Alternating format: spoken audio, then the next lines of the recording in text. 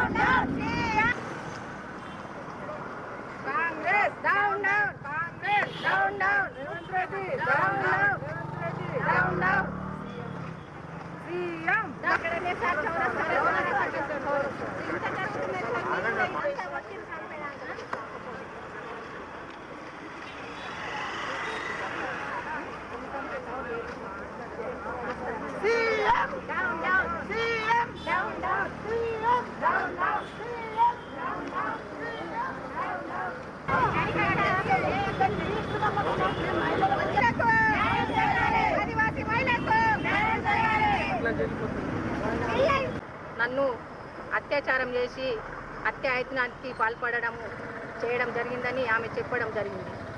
వెంటనే ఆమెని మన ఆదిలాబాదు రిమ్స్ హాస్పిటల్కు తీసుకురావడం జరిగింది. అలాగే మళ్ళా హైదరాబాదు గాంధీ హాస్పిటల్కు తీసుకొని వెళ్ళడం జరిగింది.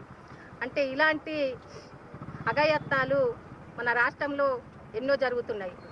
ఈ యొక్క అఘాయిత్యాలను ఈ కాంగ్రెస్ పార్టీ చూడడము, కన్ను మూసుకోవడం జరుగుతున్నది. నిన్న కూడా సీతక్క అక్కడ హైదరాబాద్లో ఆమె దగ్గరికి వెళ్ళి కూతు మంత్రంగా 1,00,000 రూపాయల చెక్ ఇచ్చి ఈ కేసుని పక్కతో పట్టించడం జరిగింది.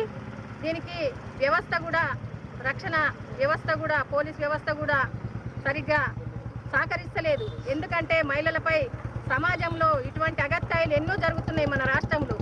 చిన్న పిల్ల నుండి కూడా, 6 నెలల పిల్ల నుండి కూడా, పండు ముసలి వరకు కూడా వదిలిపెట్టడం లేదు ఈ రాక్షసులు. ఇటువంటి రాక్షసులకు మనము తగిన బుద్ధి చెప్పినట్టయితేనే కుదురుతుంది. కాబట్టి మహిళలందరూ వాళ్ళతోటి కాదంటే మన మహిళలే వాళ్ళకు తగిన బుద్ధి చెప్పడం జరుగుతుంది. కాబట్టి ఈ యొక్క షేక్ మగ్దాంని వెంటనే కఠిన చర్య ఆయనకు తీసుకోవాలని మేము బీజేపీ మహిళా మోర్చా తరఫున ఆదిలాబాద్లో ఈ యొక్క నిరసన ర్యాలీ